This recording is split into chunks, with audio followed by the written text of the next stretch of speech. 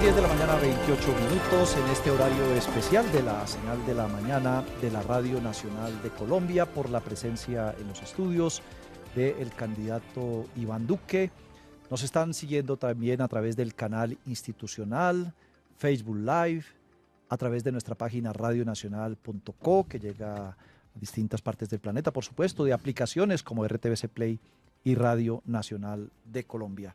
Bienvenido, candidato Iván Duque. Muy buenos días, Darío Fernando. Un placer estar de nuevo aquí en la Radio Nacional de Colombia. Saludar a todos los compañeros de la mesa de trabajo y mandarle un saludo lleno de afecto a toda la audiencia. Bien, pues también lo están viendo nuestros oyentes, los oyentes que nos ven en el canal institucional, le decía, y en estas 52 frecuencias. Le voy a proponer a usted, como lo hicimos con el candidato Petro, un acuerdo, una aproximación de acuerdo sobre. Pero a mí no me lo tiene que hacer escribir en mármol. No, señor, no. Aquí de palabra, sobre la duración de las respuestas. Nos apuntamos ahí como en un promedio de 3 minutos para poderle hacer muchas preguntas. Sí. Y lo bueno es que yo sí le voy a contestar. Bueno, perfecto. Estaba revisando por aquí archivos y cosas y encuentro, candidato, una frase de César Gaviria en la época antes de la primera vuelta. Decía César Gaviria: nosotros somos la primera fuerza política en el Congreso. Es difícil gobernar sin nosotros, cualquiera que sea el gobierno que llegue. Y le pregunta a Yamida Mal, sea quien sea, ¿el presidente va a tener que contar con el Partido Liberal? Sí, va a tener que contar con el Partido Liberal. Si a esta advertencia de César Gaviria le sumamos que también Cambio Radical le entregó todos los documentos de Germán Vargas Lleras, y usted además representa al Centro Democrático y ha recibido tantas adhesiones, ¿cómo va a ser para administrar todos estos intereses de quienes lo están rodeando ahora? Pues primero, no es de quienes me están rodeando. Yo lo que he tenido claro desde el primer día que empecé esta campaña, Darío Fernando, es buscar la unidad de los colombianos y buscar la unidad sobre un programa. Que hay un programa de gobierno. Aquí no hay repartijas burocráticas, ni acuerdos de puestos, ni acuerdos de mesas en el Congreso, nada que se le parezca. Yo he recorrido el país con un programa y así gané el interior del Centro Democrático y así gané la consulta y así gané la primera vuelta, invitando con humildad a que conozcan nuestras propuestas y nos las respalden. Y yo lo que creo es que este ya es el momento de una vez por todas de unir a este país, de acabar con la polarización y hacerlo sobre una agenda y una agenda clara.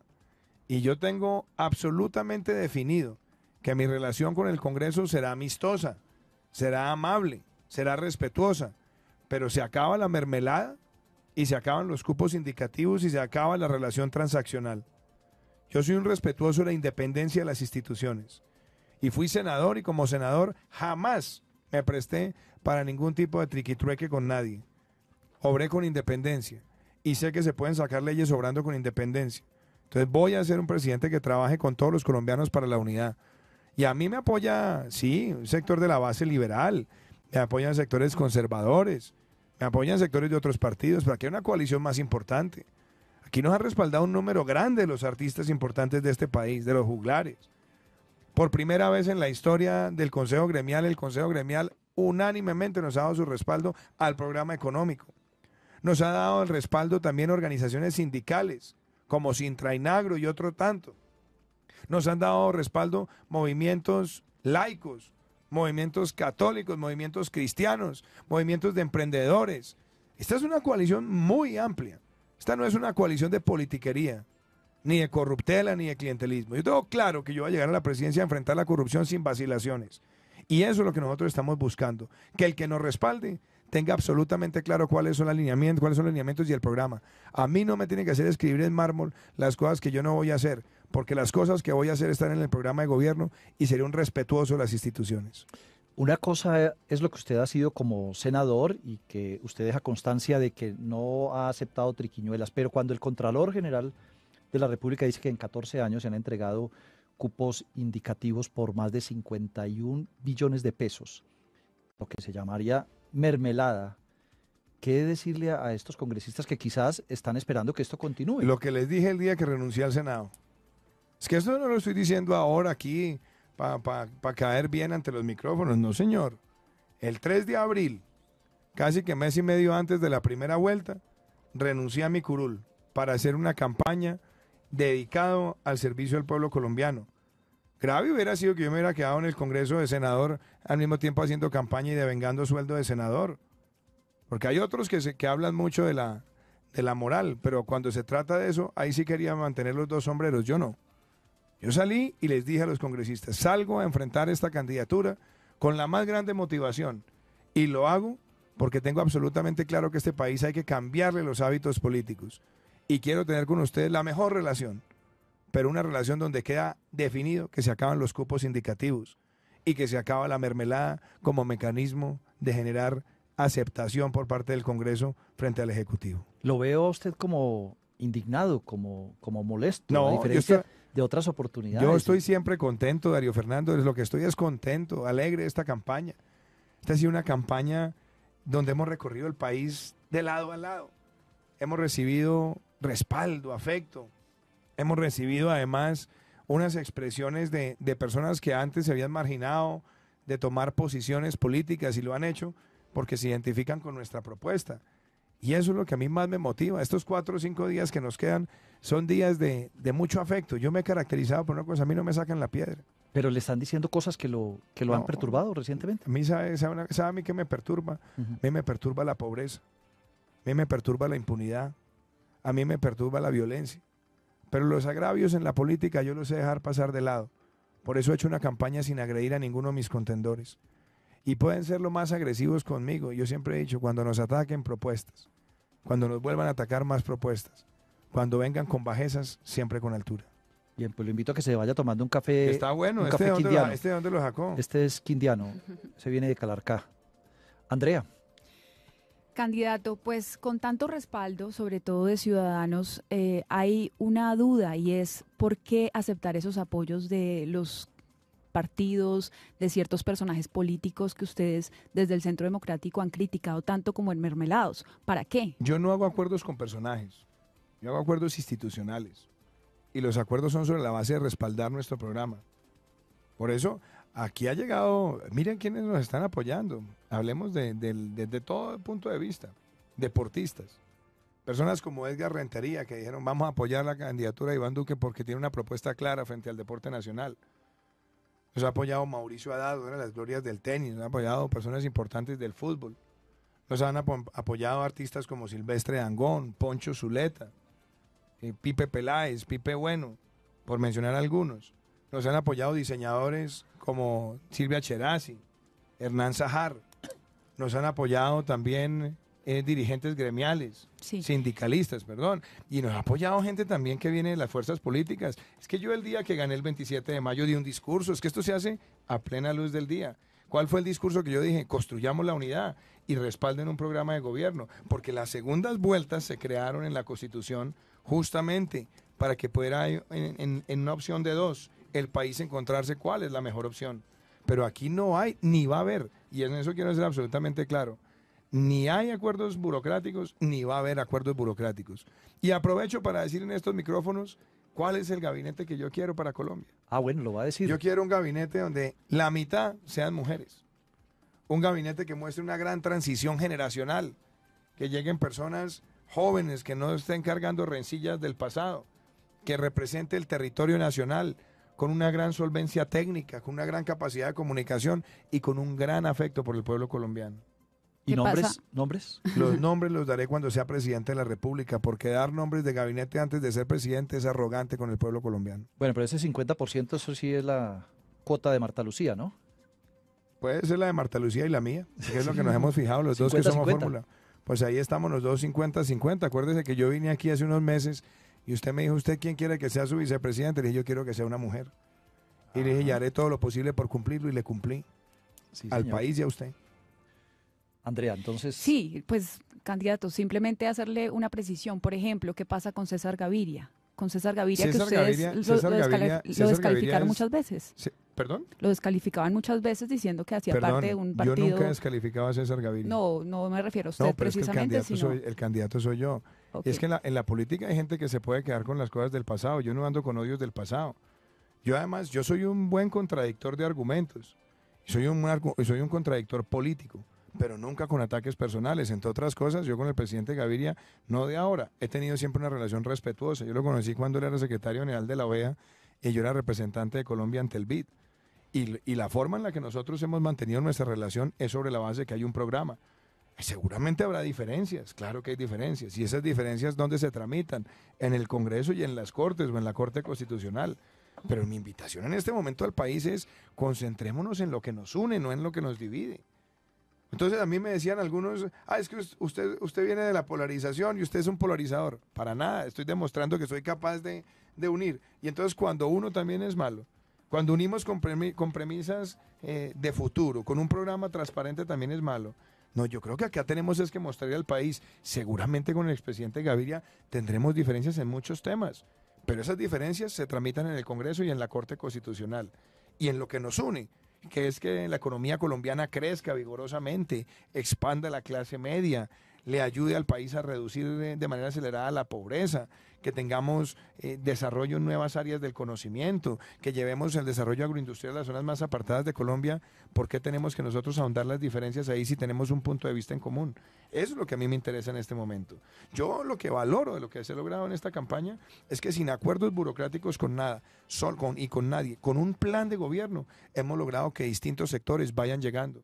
Inclusive el Partido Mira votó por el sí en el plebiscito y fueron nuestros contradictores y respeté sus argumentos, pero hay cosas más grandes que nos unen en este momento y también consideran que es viable plantear cuáles son las cosas que se pueden modificar para mejorar la paz en Colombia y que sea una paz confiable, duradera y creíble. Me quedó sonando una frase suya cuando Andrea le hablaba del Centro Democrático, que decía, es que el candidato soy yo. Claro. ¿Puede ampliar esa declaración? Yo soy el candidato de mi partido y mi partido además me ha respaldado. Porque esto no fue que compramos una caja de saltinas a ver quién se ganaba la etiqueta. Aquí hicimos un proceso interno de más de 35 foros regionales, recorriendo el país donde los precandidatos llevábamos en su momento nuestro programa de gobierno. Y yo lo fui presentando. Y después el partido decidió escoger al candidato a través de un sistema de encuestas que tenía las siguientes características: consultar a la base del partido carnetizada y consultar a la sociedad colombiana. Y en una secuencia de 12 encuestas de más de 6,000 personas consultadas, el partido me eligió a mí como su candidato. Y después dije, me someto a una consulta abierta, democrática, el 11 de marzo, con mi programa. Y fue Marta Lucía con su programa y fue el doctor Ordóñez con su programa.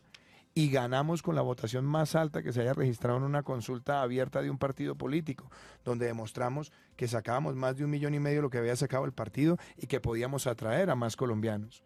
Conformamos esta bella coalición con Marta Lucía, a quien respeto y además me llena de orgullo que sea mi fórmula, y trabajamos hasta el 27 de mayo, trayendo más sectores de otras toldas políticas, inclusive con quienes había en el pasado muchas más diferencias, y logramos la votación más alta que se ha registrado en una primera vuelta. ¿Por qué? Porque estamos conectando con el pueblo colombiano en nuestras propuestas y en nuestros proyectos. Carlos Chica. Candidato, ¿cuáles de los temas de la reforma rural pactados en los acuerdos de La Habana usted acogerá sin modificaciones? ¿Cuáles con modificaciones? ¿Y cuáles definitivamente a usted no le entusiasman? Yo diría lo siguiente, doctor Chica. El país necesita una reforma rural. Si quiere, llamémosla integral.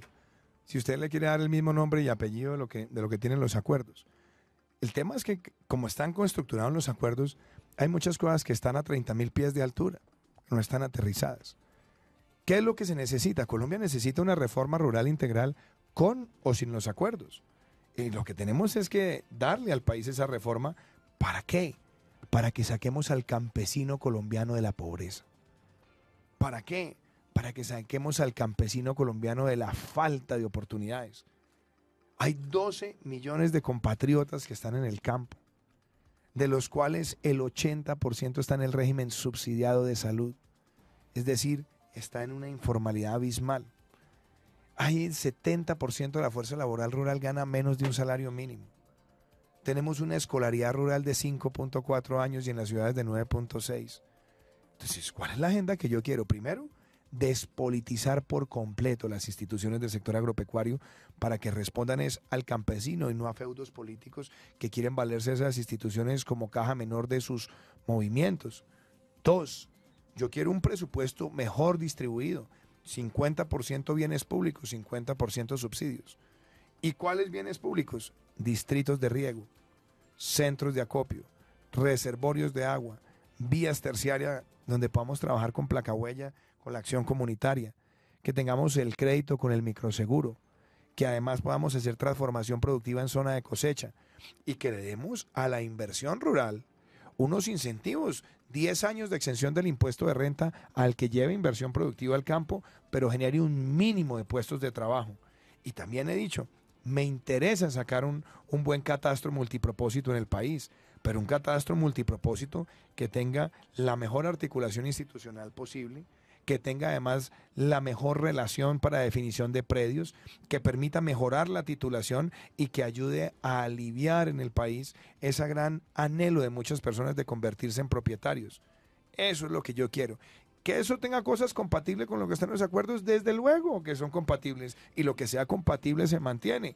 Y donde haya incompatibilidades, porque hay brumas o porque no hay precisiones, las buscaremos. Pero yo no me voy a detener en si está o no en la letra menuda o no está en la letra menuda. Mi compromiso es darle al campo colombiano esa reforma integral que se necesita para que el campo colombiano se convierta en ese gran motor de nuestra economía y de la generación de empleo. Hemos recibido hoy, candidato Duque, 2 cifras sobre las que quiero que hablemos. Una, del registro de venezolanos en Colombia. Ha entregado el gobierno una cifra de 1 millón de personas que han llegado, de los cuales 250.000 son colombianos que vuelven y 819.000 venezolanos que están aquí. ¿Qué se va a hacer con esa población de venezolanos? Empecemos por lo más elemental, Darío Fernando. ¿Por qué llegaron? Y si seguirán llegando. Llegaron porque hay una dictadura, y una dictadura que arruinó a un país, donde hoy un salario mínimo en Venezuela escasamente alcanza para 3 libras de cebolla, una inflación de más del 12.000%. Entonces, ante la pobreza generalizada y la persecución oprobiosa de una dictadura, pues lógicamente la ciudadanía quiere salir corriendo a donde más pueda. ¿A dónde va a venir primero? Pues a Colombia. Entonces, si queremos contener esa situación, lo que tenemos que entender es que el fin de la dictadura es el fin también de esa migración, o por lo menos en gran medida. Y ese fin de la dictadura tiene que ser producto de un gran esfuerzo regional e internacional. Y yo he sido muy claro, Colombia ya no reconoció, como tenía que hacerlo, el nuevo proceso electoral para que Maduro se atornillara en el puesto.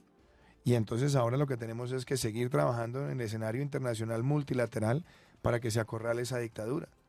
Y acorralar también significa, de parte nuestra, irnos de UNASUR.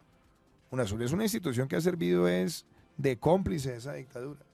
Y a eso también agréguele que nosotros vamos a tener que ir con otros jefes de Estado a la Corte Penal Internacional y al Consejo de Seguridad a denunciar la violación de la resolución 1373 del Consejo de Seguridad, porque allá le dan protección a grupos terroristas colombianos. Nos toca hacerlo. Y en paralelo, que tenemos que articular un fondo de atención humanitaria en la zona de frontera, buscar que con otros países tengamos un estatus de protección temporal para que Colombia no sea el único que absorbe ese inmenso flujo migratorio. Y desde luego, nosotros necesitamos tener una normalización migratoria para que las personas que están llegando no terminen siendo contratadas por debajo de lo que se le paga a un colombiano cuando alguien ve la oportunidad, sino que al regularizarlo nadie lo puede contratar por debajo, y eso ayuda a proteger nuestros puestos de trabajo colombianos también. ¿Usted rechaza esas vallas que han aparecido incluso con su foto donde dice que no viva como, si quiere vivir como, no como solamente venezolano, las rechazo, voten por Iván Duque? no solamente las rechazo, sino que las rechazamos en su momento, y además nosotros le hicimos la respectiva denuncia a las autoridades competentes, porque nadie puede poner una valla que dé un tinte xenófobo o que dé la impresión de que yo estoy persiguiendo a las personas de un país, primero porque es mentira y segundo porque ese no es mi talante. Si usted se da cuenta, yo fui ante la Corte Penal Internacional a denunciar la dictadura de Nicolás Maduro, cuando aquí nadie quería metérsele a ese tema. Y fui y me apoyaron 76 senadores de Colombia que les conseguí su firma y 50 de Chile. Y nadie creía que fuera posible que se abriera una investigación preliminar, una observancia preliminar, y lo logramos. Y adicionalmente, la primera proposición que se aprobó en el Congreso, en el Senado de la República, por la libertad de los presos venezolanos fue mía.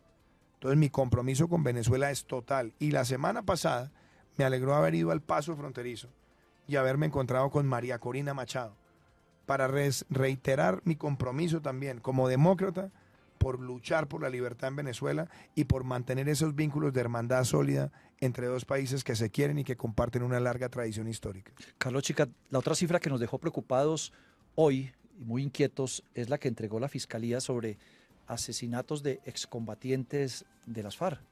Sí, permítame, yo reviso Son aquí el dato 26, para son no ir a 26 decir cosas asesinatos inexactas. que reconoce, es decir, la Fiscalía dice, se ha logrado esclarecer 26 asesinatos, es el 40% de los asesinatos de dirigentes de las FARC denunciados.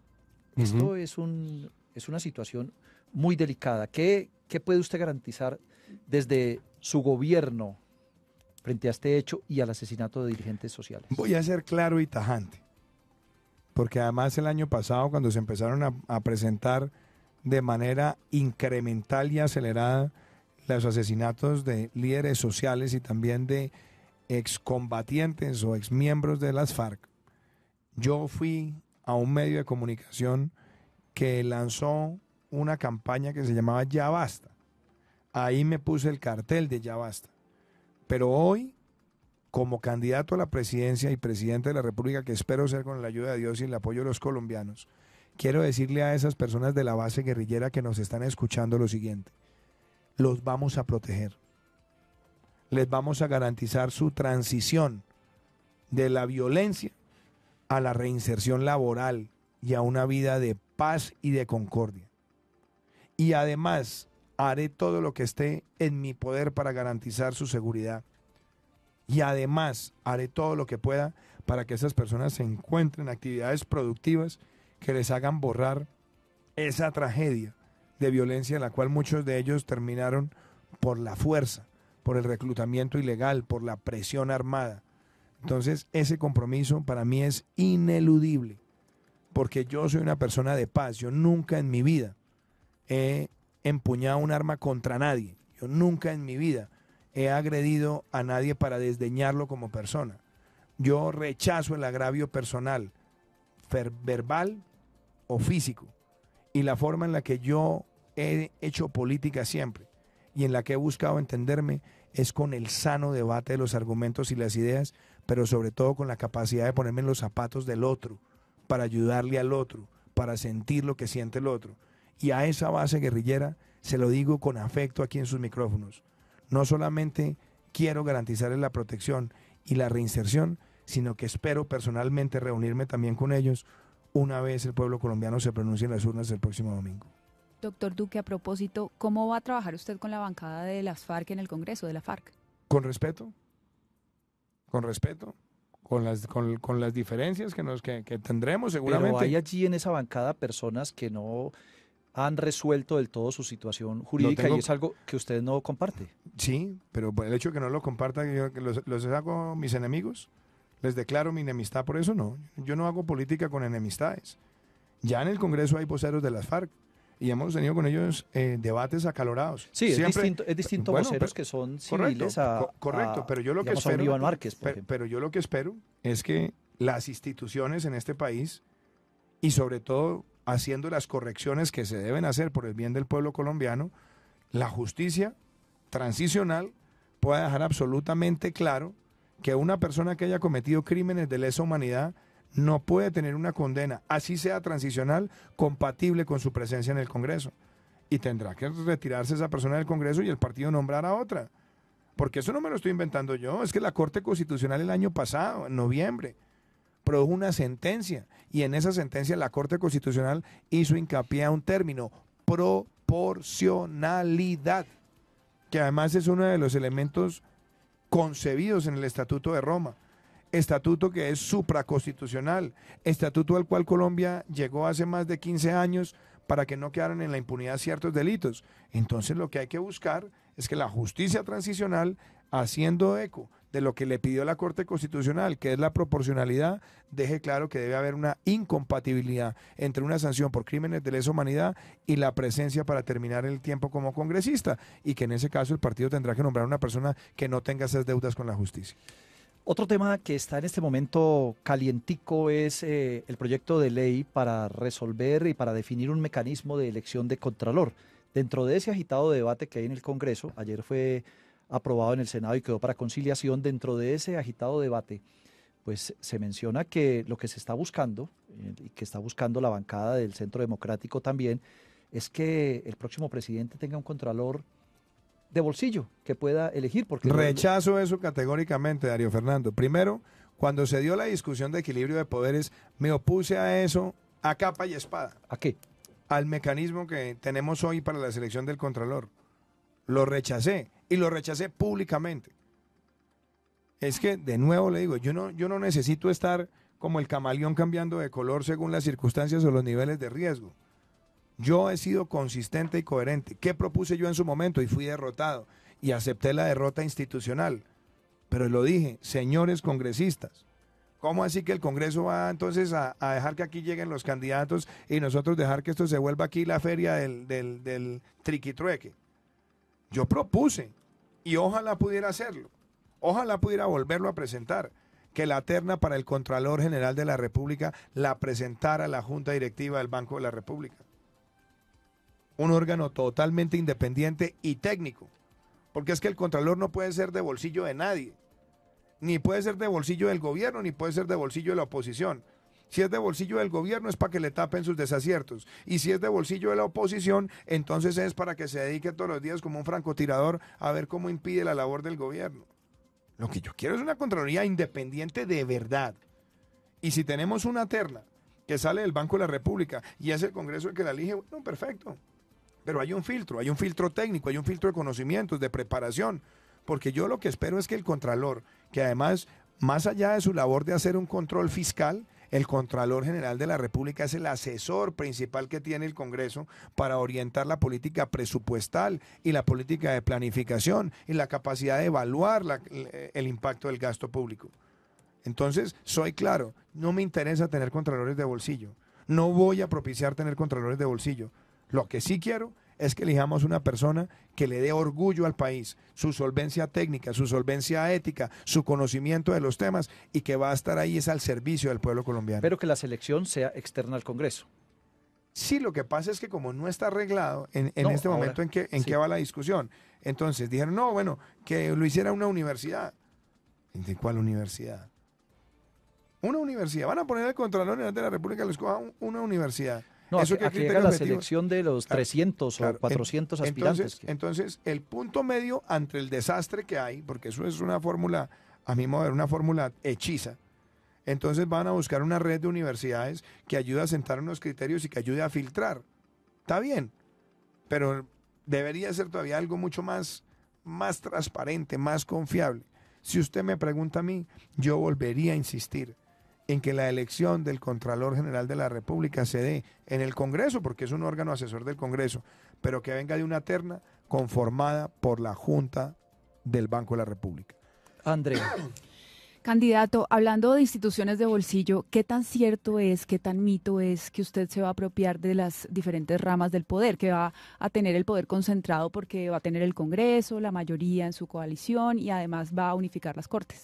A ver, primero que todo, empecemos a hablar las cosas como son. A mí no me están eligiendo emperador de Roma. El pueblo colombiano me elegiría a mí para ser presidente de la República en un Estado democrático con una arquitectura institucional que está contemplada en la Constitución. Entonces un presidente de la República no puede llegar acá y decir, bueno, por decreto mañana se acaban las Cortes. No, ni es mi intención tampoco, ni es revocar las Cortes. A mí sí me interesa, y lo he dicho públicamente, buscar un consenso para hacer una reforma a la justicia. ¿Qué reforma? Una reforma que nos permita tener una política de talento para que la rama busque los mejores estudiantes de las facultades de Derecho y los traiga al servicio de la rama.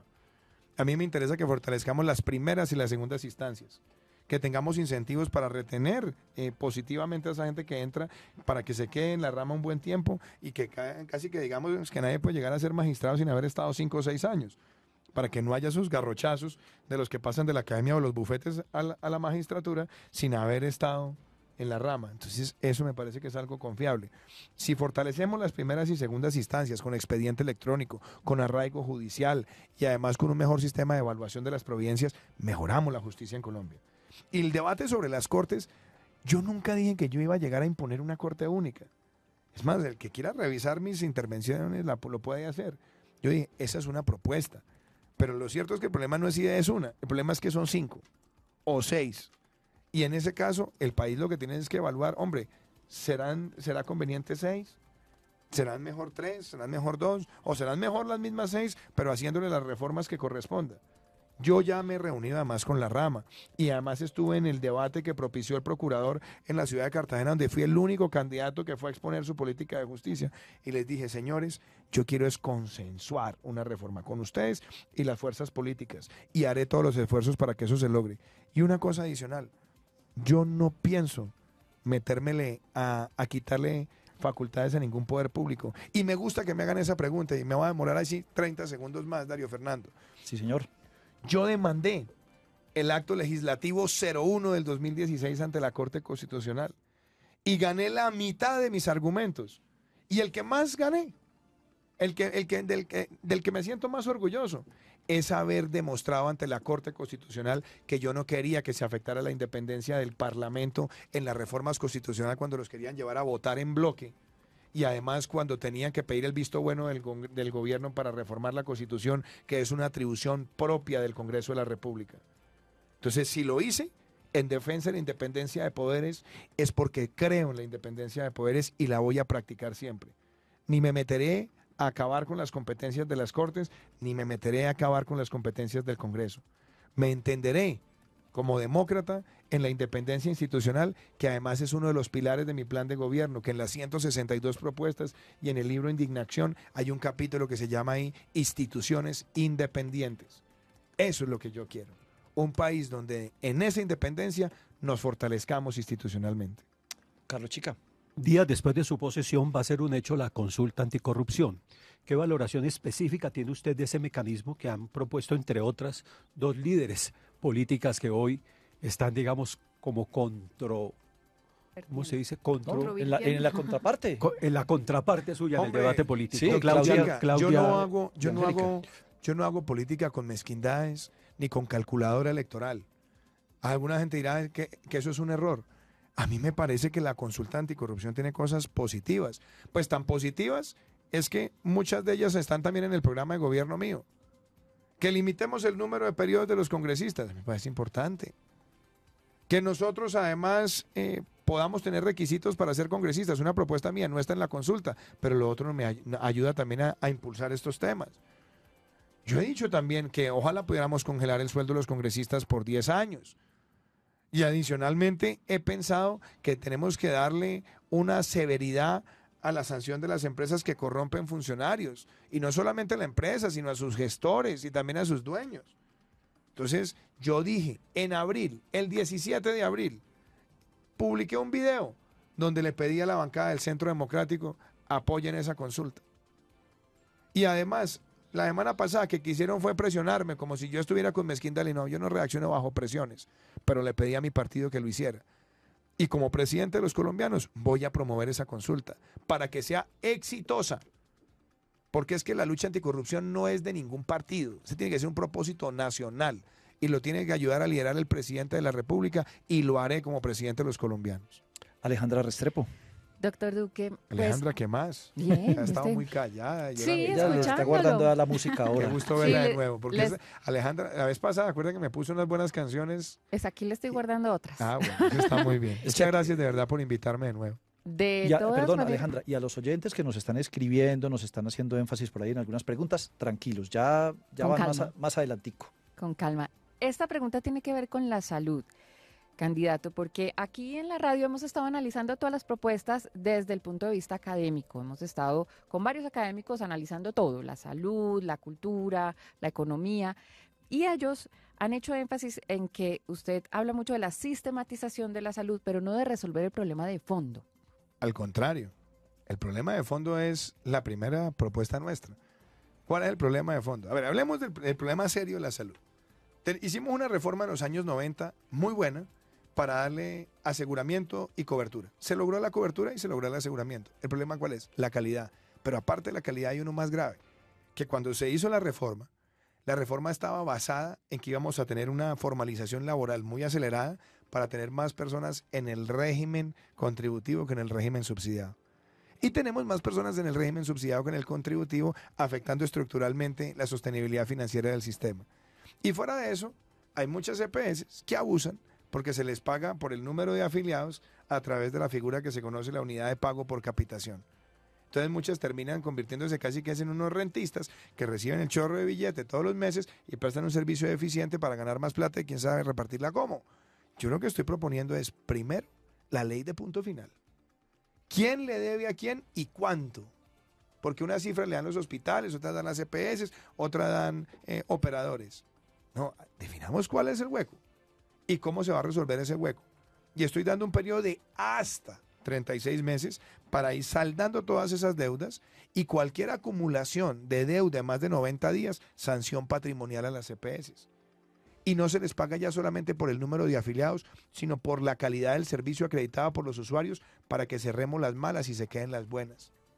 Y en adición, para que no se sigan presentando abusos de la integración vertical, que por ley está limitada al 30%, facturación electrónica y contabilidad en línea, para poder monitorear el servicio de las EPS.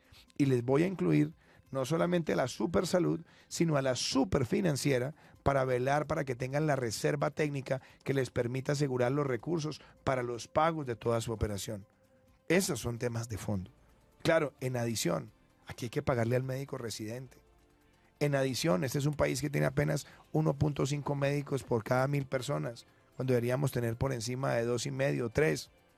Entonces ahí también tenemos que avanzar, y sobre todo la salud preventiva, la promoción y la prevención, porque aquí la diabetes crece exponencialmente, las enfermedades cardiovasculares y respiratorias, el cáncer.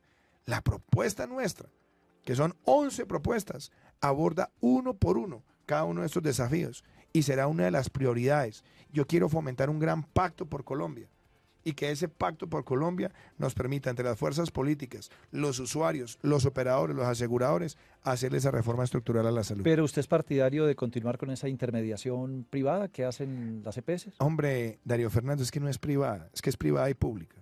Es que hay unos políticos que dicen, ¡oh, los aseguradores privados! Es que aquí también hay aseguradores públicos, es un sistema mixto. Hay EPS públicas y hay EPS privadas. Preguntemos, ¿cuál tiene mejor desempeño? ¿O es que acaso las públicas son excepcionales? No, hay malas públicas y hay malas privadas. En general, entonces, la intermediación, ¿o sería con criterios selectivos? Es que la intermediación no es una intermediación de compra y venta, es un aseguramiento.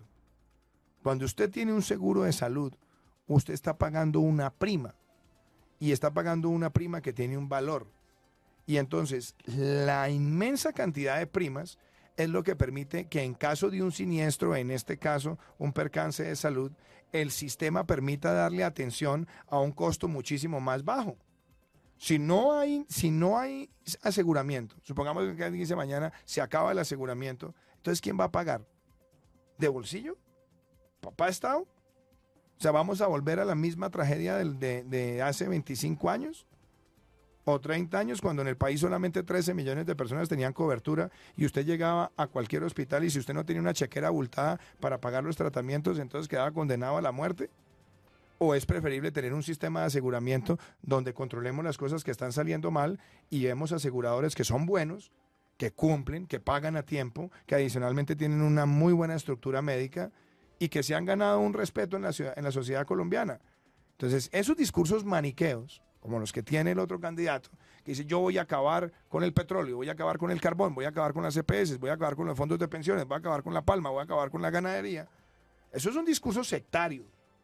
Aparte de ser sectario, es un discurso casi que expropiador, sociaslador.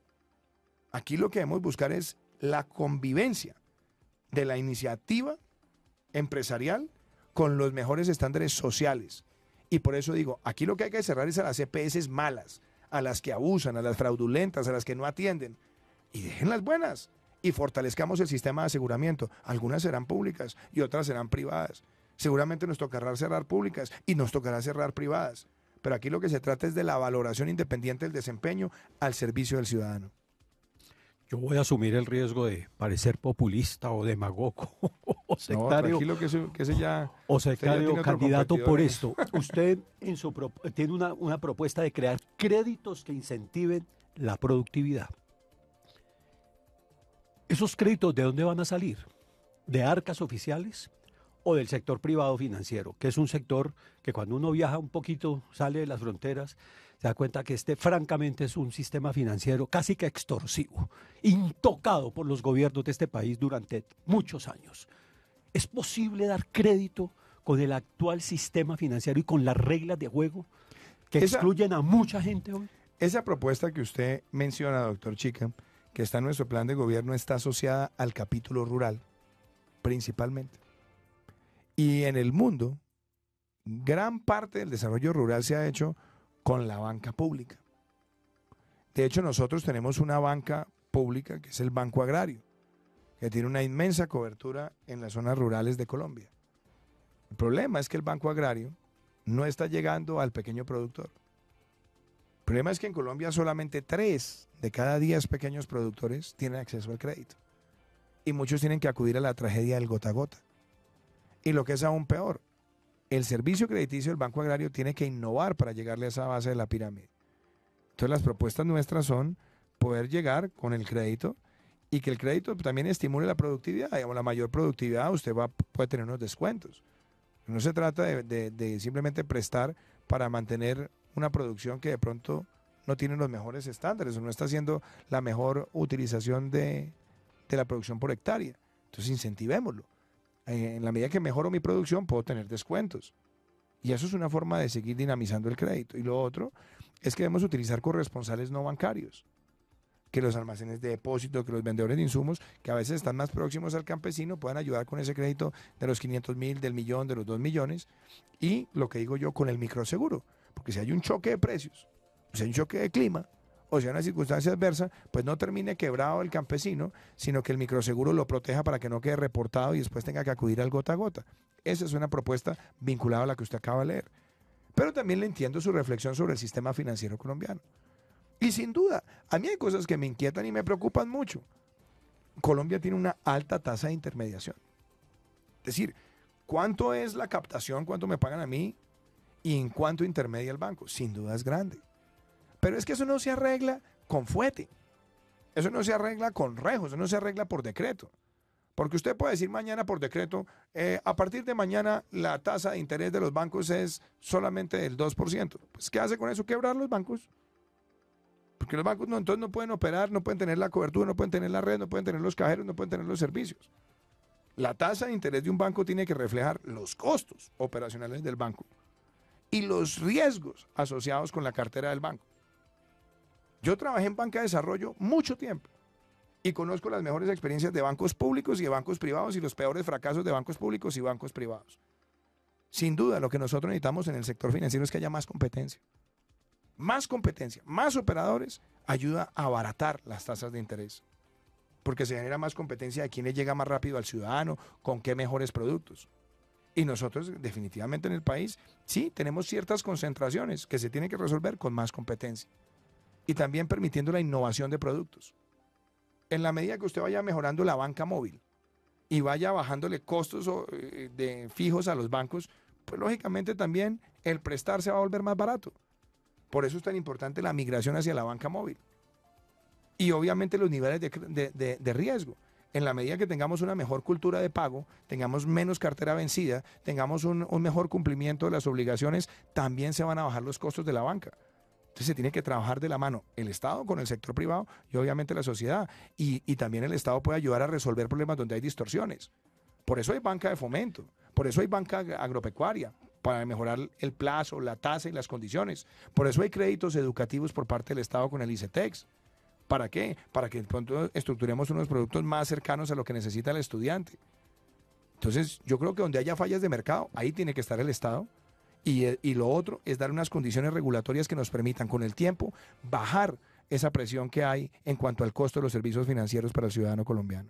Otro tema siempre recurrente en campaña y sobre el que parece haber una diferencia entre usted y otros candidatos, o la hay evidentemente, es frente a los impuestos. Hoy, a 4 días de la votación, ¿cuál es su posición frente a impuestos como el IVA? Algo que ha sido tan cuestionado por Fenalco y ahora Fenalco lo respalda, por ejemplo. ¿Qué es lo que...? No, Fenalco nunca me cuestionó. No, usted no. al IVA del 19%. Pero claro que lo cuestiono, con toda la razón. Pues primero, empecemos por llamar las cosas por su nombre. ¿Por qué acabamos en un IVA del 19%? Porque el gobierno cometió un error, Darío Fernando. Se dedicó a expandir los gastos permanentes basados en la bonanza transitoria de un producto para el cual no somos autosuficientes. Tenemos petróleo para menos de 7 años. La mayoría de los campos petroleros producen menos de 1.000 barriles. Y tuvimos una excelente bonanza porque los precios internacionales del petróleo fueron muy buenos. Entonces nos sentimos Arabia Saudita y nos dedicamos a expandir los gastos permanentes y no nos dimos cuenta que el precio del petróleo es cíclico. Y cuando vino la época de las vacas flacas, ahí sí, cataplum. Nos dimos cuenta que estábamos como el señor que se metió al mar y se le cayó el vestido de baño y se bajó la marea. Quedamos totalmente en pelotos. Y entonces lo que decidimos, en lugar de acurrucarnos o buscar el vestido de baño, pedirle a alguien que nos traiga la toalla, entonces lo que decidió el gobierno fue cambiar petróleo por impuestos. Y entonces dijo, bueno, entonces resolvamos esto, pongamos un IVA del 19%. Un IVA del 19% en un país que le entran al año 7.000 millones de dólares de contrabando. Un IVA del 19% en un país que el año anterior a esa medida, el aumento del salario mínimo se lo comió toda la inflación. Y donde los créditos son como el 30 y pico por ciento. Claro, y el crédito es costoso. Entonces, ¿qué pasó? ¿A quién le pegó? Al consumidor. Y si usted el consumidor lo golpea, ¿qué pasa? El consumidor deja de consumir o consume menos. Y al consumir menos lo que hace es desacelerar la economía. Y más no contento con eso, le pusieron impuestos más altos a las empresas. Entonces, si usted tiene las empresas que son las que generan empleos asfixiadas y tiene al consumidor asfixiado que tiene una desaceleración profunda de la economía. Entonces, ¿cuál es el planteamiento mío? Seguir con la misma tesis. Seguir con la misma propuesta de grabar y grabar y grabar. No, nos toca ponernos serios. Y ponernos serios implica elimine el derroche. Elimine los gastos innecesarios. Hágale una reforma al Estado para que el Estado sea más eficiente, haga más con menos, use mejor la tecnología. Y en adición, claro, combata la corrupción, que son las propuestas nuestras, pero sobre todo también la evasión. Yo sé que la evasión de renta y de IVA hoy le cuesta al país 40 billones al año. Y mi meta es reducirla en un 50% en los próximos 4 años. Eso nos genera ahorros de más de 30 billones, Darío Fernando. ¿Cuánto es un punto de renta? 1 billón. ¿Cuánto es un punto de IVA? 2.7 billones. Esos ahorros nos tienen que llevar a la mejor combinación. Y sin duda, yo quiero aliviar la situación a los consumidores y también a los que generan empleo. Bueno, quiero hacerle una pregunta directa que está muy asociada a toda esta discusión de la campaña, pero también sobre eso van a decidir los colombianos.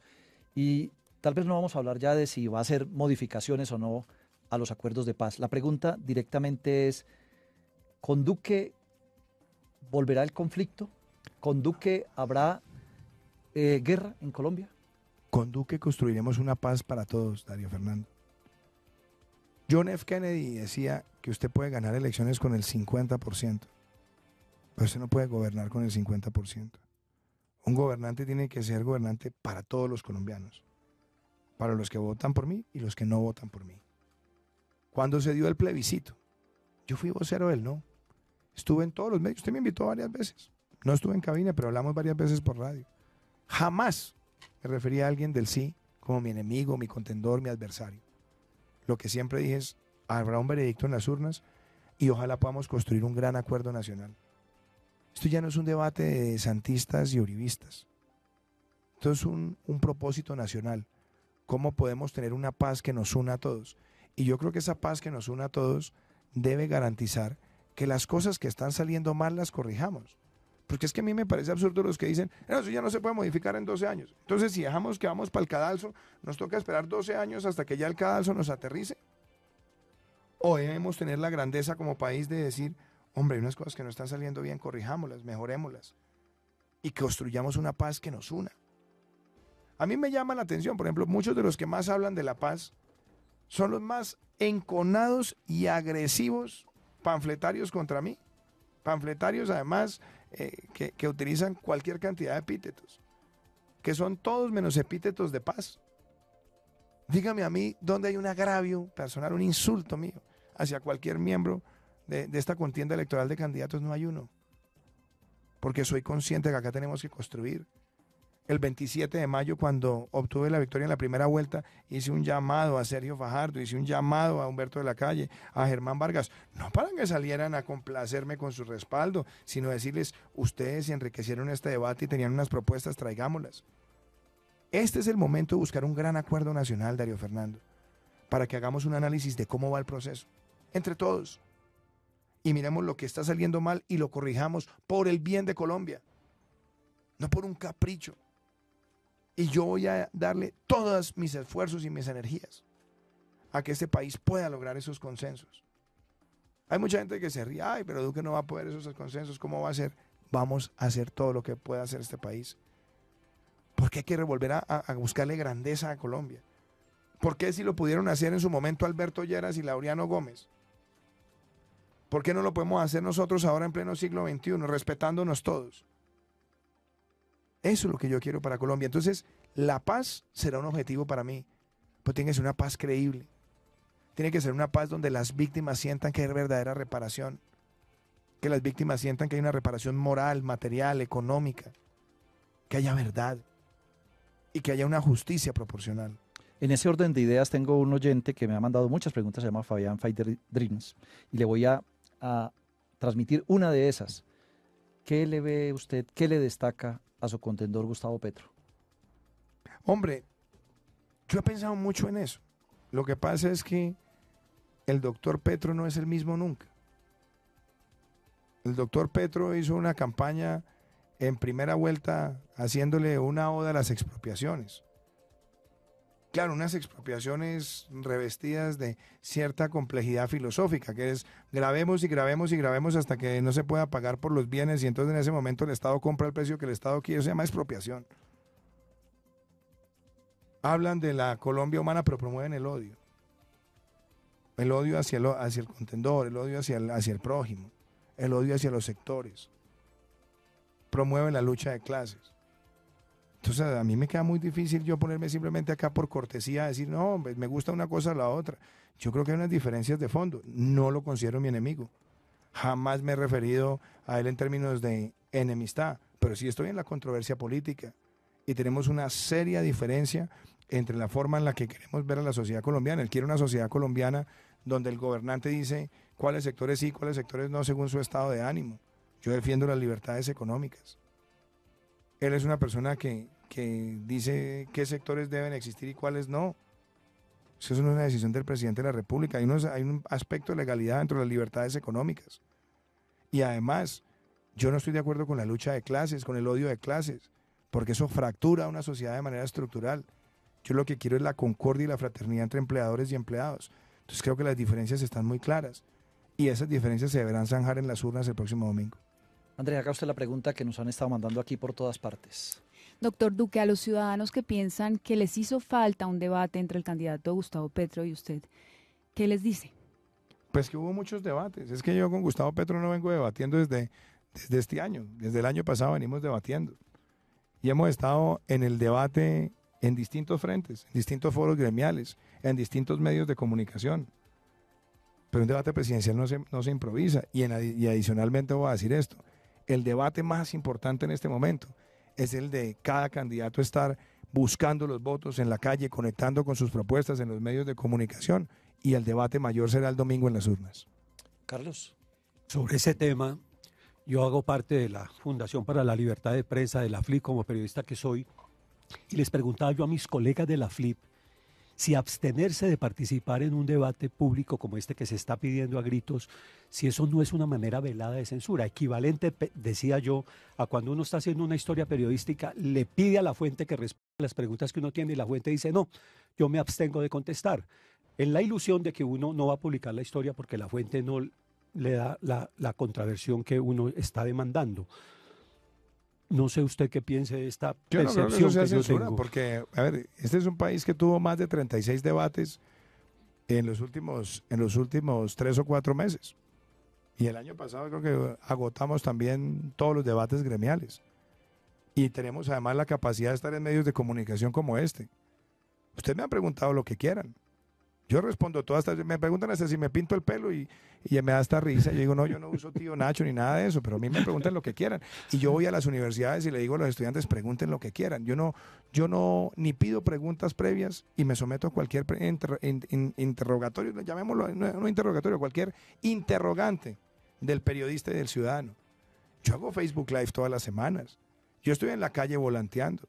Ustedes acá me pueden preguntar lo que quieran. Yo nunca le he rehuido a un periodista una pregunta. Podrás quedar contento o no con mis respuestas, eso es de su resorte. Pero el debate político es ese. El debate político es que hemos estado en la plaza pública, en las calles, en las universidades, en los foros gremiales. Yo fui a muchos debates televisados en la primera vuelta donde no fue el doctor Petro, no fue. Al último del Valle no fue, y no fue el último de Antioquia.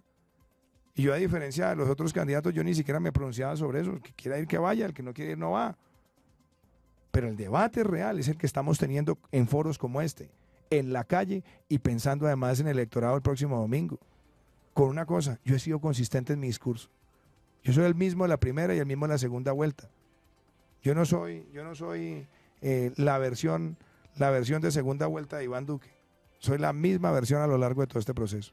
Entonces, la respuesta es no más debates. Pues la respuesta es que en este momento no hay debates.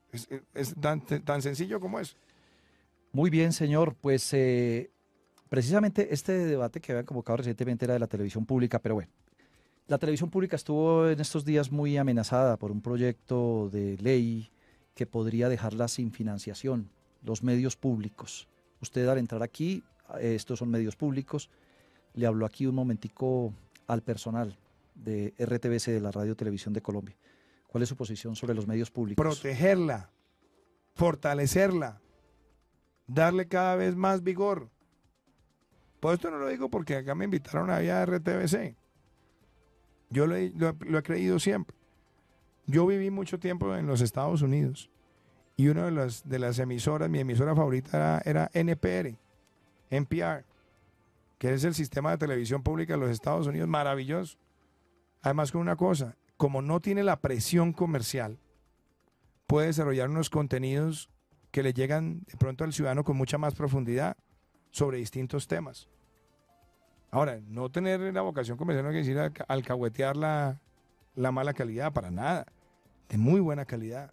Y yo creo que la radio y la televisión nacional en nuestro país, el esfuerzo que ustedes hacen es muy grande en contenidos, además con independencia. Porque mire, usted es el director de un noticiero de un medio público. Usted no hace preguntas con ningún sesgo de gobierno frente a mí que he sido candidato de la oposición. Al contrario, usted hace unas preguntas con toda la independencia. Entonces se puede garantizar la independencia periodística y la calidad del producto para el oyente o el televidente. Y yo quiero además ver la televisión pública jugando un papel muy grande en lo que yo he llamado la economía naranja. Que el cine colombiano se pueda conocer por el país. Eso se puede hacer a través de los canales públicos. Que nosotros podamos llegar a contenidos que están relacionados con nuestras minorías étnicas. Que no es fácil que se pueda en la televisión comercial, importantísimo. Que pueda haber programas puntuales para atender situaciones puntuales de la ciudadanía relacionados con violencia doméstica, con prevención del embarazo adolescente, con promoción del emprendimiento, con temas de la psicología familiar. La televisión pública lo hace. Y además cierro con esto. En Inglaterra, uno de los grandes patrimonios que tiene Inglaterra es la BBC. Yo me sueño ver esa radio y televisión nacional de Colombia, ese RTBC, en un gobierno nuestro fortalecido. No como un ente al servicio de la divulgación estatal, sino al servicio de la mejor calidad de contenidos para el ciudadano. Bueno, candidato Iván Duque, pues esta es una radio muy musical. Tranquilo, no la vamos a poner a cantar. Y tranquilos oyentes que por ahí me escribieron que decía que lo iba a poner a cantar. No, hay temas muy complejos, estamos en un momento crucial de campaña presidencial. Pero sí, Alejandra le puede dar un regalito musical, ¿no? Ya que es un melómano reconocido. Yo sé que a él le gusta el rock, que le gusta además el rock de los 70. Todavía no había nacido cuando esta canción se hizo, pero pues le voy a dejar con Led Zeppelin, lo voy a dejar con rock and roll para que se vaya rockeando de la Radio Nacional de Colombia.